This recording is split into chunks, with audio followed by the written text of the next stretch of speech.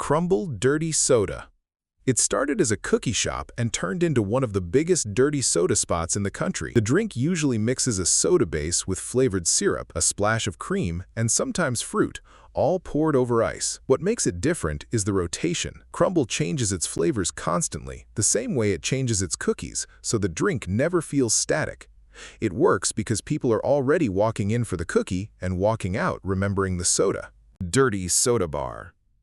This is less a drink and more a setup. A dirty soda bar is a stand or counter built entirely around mixing soda combinations to order, usually with dozens of syrup flavors lined up behind the counter. What makes it different is the choice. Instead of one fixed drink, you're picking a base soda, then a syrup, then a cream, like building a sandwich. It works because it turns a drink order into a small decision, and people like having options. Swig Dirty Soda.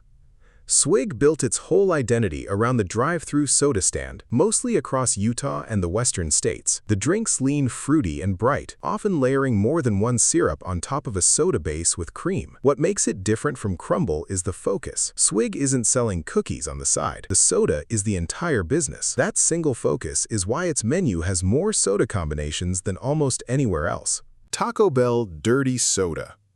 A fast food chain known for tacos jumping into dirty soda might sound random, but it tracks. Taco Bell mixes a soda base with fruit flavoring and sometimes a creamer swirl, served at drive-through speed. What makes it different is the access. You don't need a soda shop in your town, you just need a Taco Bell, which puts dirty soda in front of people who never would have sought it out otherwise. McDonald's Dirty Soda.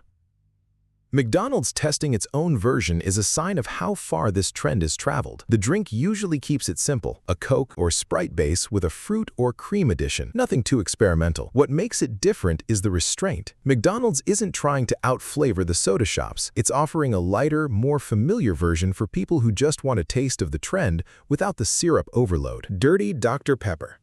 This one shows up almost everywhere dirty soda is sold, and it might be the most culturally tied to the whole trend. The drink usually mixes Dr. Pepper with coconut cream and a splash of lime. What makes it different is the base soda itself. Dr. Pepper already has a layered, spiced flavor before anything is added, so the dirty version feels more complex than most others on this list, not just sweeter. Dirty Root Beer.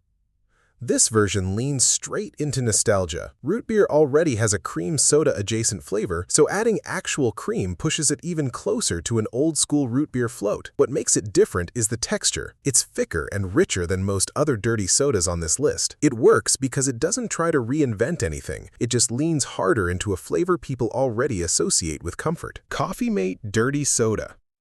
This is where dirty soda starts to sound strange on paper. Instead of pouring in actual cream, people use flavored coffee creamer, the kind made for coffee, not soda. What makes it different is the flavor range. Coffee Mate makes dozens of flavors, from caramel to seasonal limited editions, so the soda combinations multiply fast. It works because it shouldn't make sense, and then it does. Coconut Lime Dirty Soda.